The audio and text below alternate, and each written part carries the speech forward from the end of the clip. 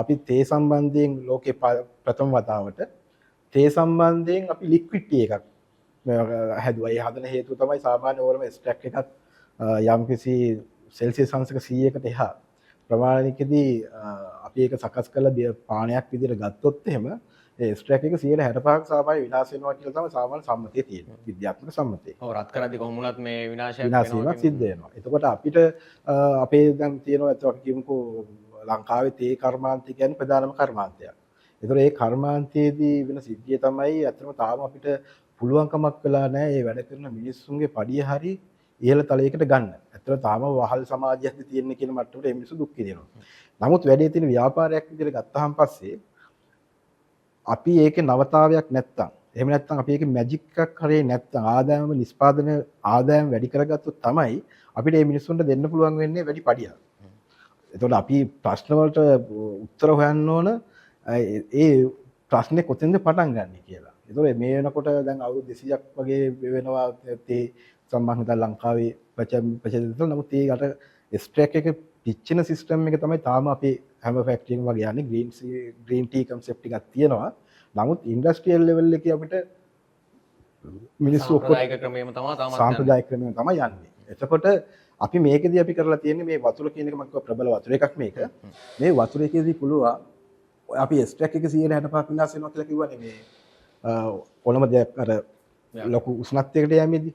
එතකොට අපි සාමාන්‍යයෙන් කට පිච්චෙන වතුර කටේ තේ දාලා බොන්නේ නැහැ. කියන්නේ සෙල්සියස් අංශක 70ක් 75ක් වගේ තත්ත්වයකදී තමයි අපි තේ එකක් හදලා බොන්නේ. එතකොට මේකෙදී අපි පාවිච්චි කරනවා මේ තාක්කල් පාවිච්චි නොකරපු ක්‍රමයක් තමයි මේ කියන ප්‍රබල වතුර එක පාවිච්චි කරලා ඒකට අපි දානවා මේ අපි ඉස්ම කියලා කියන්නේ. ඒ කියන්නේ තේ වලින් ගන්න අපිට දැල්ලෙන් අපි ඉස්ම ගන්නවා. ඒ ඉස්ම ගන්න ක්‍රමවේද කීපයක් තියෙනවා. ඒ සම්බන්ධ වෙනම යන්ත්‍ර ප්‍රමාණයක් අපි නිර්මාණය කරමින් පවතිනවා. ඒක සාමාන්‍ය වෙළඳපොලේ ගන්න තියෙන මැෂින් වලින් මුක් කරන්න පුළුවන්. ඒකෙදී අපි ගත්තාම පස්සේ මේ තාක්කල් තිබ්බා 100ට ඒ කියන්නේ කිලෝ 4ක් තමයි 1 කිලෝ එකකට නිමි තේ කිලෝ එකක් හදන්න සාමාන්‍යයගේ. මේකෙදී කිලෝ 4ක් මේ යනවා නිමි තේ කිලෝ එකක් හදන්න. ඊට වැඩි වෙන්නත් පුළුවන්. ඒතකොට ඒකේ තව සිද්ධ වෙනවා තමයි මොකද තේ වල දලු කඩන රවුන්ඩ්ස් දාන අඩුයි. ඔය තියෙන පාරිශීලික තත්ත්වයි අනිත් එක දැනට සේවකයෝ අඩුයි. ඔය කියන ගැටලු හින්දා. ඒතකොට මේකෙදි සිද්ධ වෙන්නේ අතට රවුන්ඩ්ස් ගන්න වැඩි කරලා අපි ගන්නේ හොඳම දලු. ඒ කියන්නේ ලපටි ඒවා. ඒවා අපිට කුඩු කරගන්න ලේසි. ඒතකොට අන්න ඒ වගේ ලේයර් එකක් අපි මේ ස්ට්‍රැක් එක හදලා ඒ ස්ට්‍රැක් එක තමයි අපි පාවිච්චි කරන්නේ මේ අලුත් තේ දෙන මේ සම්ප්‍රදාය වෙනස් වෙන්නේ මේ විදිහට. එතකොට ඒකෙදි වෙනවා මොකක්ද වෙන්නේ අපි අර කියපු 165ක ස්ට්‍රැක් එක විනාශ වෙන්නෙත් නෑ. හැබැයි කිලෝ 4කට එකක් නිෂ්පාදනය කරපු තේ කිලෝ එක ඊට වඩා ප්‍රබල දීරයක් විදිහට ප්‍රබල පානයක් විදිහට එකට දෙකක් විදිහට වැඩි වෙනවා. ඒ වැඩි වෙන එකෙන් අත්තරම පුළුවන් අතර ඔය කියන ආර්ථික වාසිය ගත්තාන් පස්සේ සේවකයන්ගේ පඩි වැඩි කරන්න. ඒතකොට ඒ යටිතල පහසුකම් ටික හදන්න. අපිට මොන ක්‍රමෙන් හරි අපිට ඕන එක එක ශේෂ්ත්‍ර වලට තියෙන මේ ප්‍රශ්න ඉවර කරන්න නම් ආදායම් තත්ත්වය වැඩි කරගන්න ඕනේ. ඒකට අපේ විච්ච ක්‍රමවේද කීපයක් හරි තියෙනවා.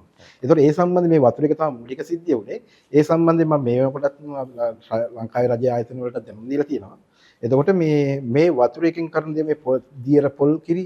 ඒක මොකද අපිට ඒකත් ගන්න පුළුවන් මේ සාමාන්‍ය දියර පොල් අපේ රටේ පුරුදු වෙලා තියෙන ක්‍රමයක් තියෙනවා. අර දිය කිරි මිටි කිරි කියලා ඒ වගේ සම්ප්‍රදාය වල පවා මේකෙන් ඊට වඩා ප්‍රබල දියරයක් විදියට වෙනම රසයක් විදියට ඇත්තටම ආර්ථික වාසි පරිම මට්ටමට ගන්න පුළුවන් ක්‍රමයක් මේකේ තියෙනවා. ඒ කියන්නේ එකක් නෙමෙයි.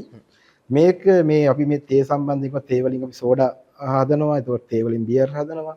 එතකොට සාම්ප්‍රදායික තේ වලට කියන්නේ තේ වලින් කෝඩියල් හදනවා. ඒ කෝඩියල් එක තමයි අපි පාවිච්චි කරන්නේ එක්ස්ට්‍රැක්ට් එක කියන්නේ 100ක් තියෙන ඒ පර්සන්ටේජ් එක. ඒතකොට එහෙම නැත්නම් අපි කහට පිපිලා තියෙන අපි සමහර කැමති වෙනත් පාටවල් වලින් තේ වර්ග බොන්න. එතකොට මේ කෝපිත් එහෙමයි. ඒ වගේ එක එක දේවල් අපේ ලංකාවේ තියෙන ගොඩාක් වටිනා කුළුබඩු මිශ්‍ර කරලා එකතු කරලා ඒ කියන්නේ අගේ එකතු කරලා අපි හදලා තියෙනවා. මම හිතන විදිහට නිෂ්පාදන 10000කට කිට්ටු ප්‍රමාණයක් වුණත් යන්න පුළුවන් ප්‍රමාණයක් තියෙනවා. එතකොට මේ ජනමතද මේ ක්වොන්ටම් වෝටර් එක තමයි මේ හැම එකටම ඇඩැප්ට් කරන්නේ. එහෙමද? හැම දෙයකටම මේ වගේම තේකටත් මේ ඔක්කොටම ඇඩැප්ට් කරන්න හදන්නේ මේ ක්වොන්ටම් හදුව මේ වෝටර් එක. එතකොට මේ වෝටර් එක තමයි පළවෙනි ඉස්වා ගැනීම. අන්න හරි. ඔව්. මේකෙන් තමයි මොකද අපි මේක හොයාගත්තාම පස්සේ තමයි අපි මේ බැලුවේ මොකද්ද එක එක අපි දැන් නිෂ්පාදනය කියන වතුර කියන එක අර කිව්වා වගේ හැමෝටම තියෙනවා. හැමතැනම තියෙනවා. එක එක වතුර වර්ග තියෙනවා. ඒතකොට අපේ වතුර එක වෙනස් වෙන්නේ කොහොමද? ඒ වතුරත් එක්ක සාමාන්‍ය වතුරම හැමෝම බොන්න කැමතිත් නැහැ. දැන් කොච්චර වසවිස තිබ්බත් කොකාකෝලා වගේ දෙයක් ඕන කෙනෙක් බොනවා. නමුත් එතකොට මේක අපිට මේක වතුර කියන එක වතුරේ රසක් නැහැ. දැන් වතුරේ රසක් නැතුව මේක ප්‍රොමෝට් කරගන්න ක්‍රමයක් කියන නිෂ්පාදන මොකක් හරි වෙන දෙයක් එකතු වෙන්නම ඕන.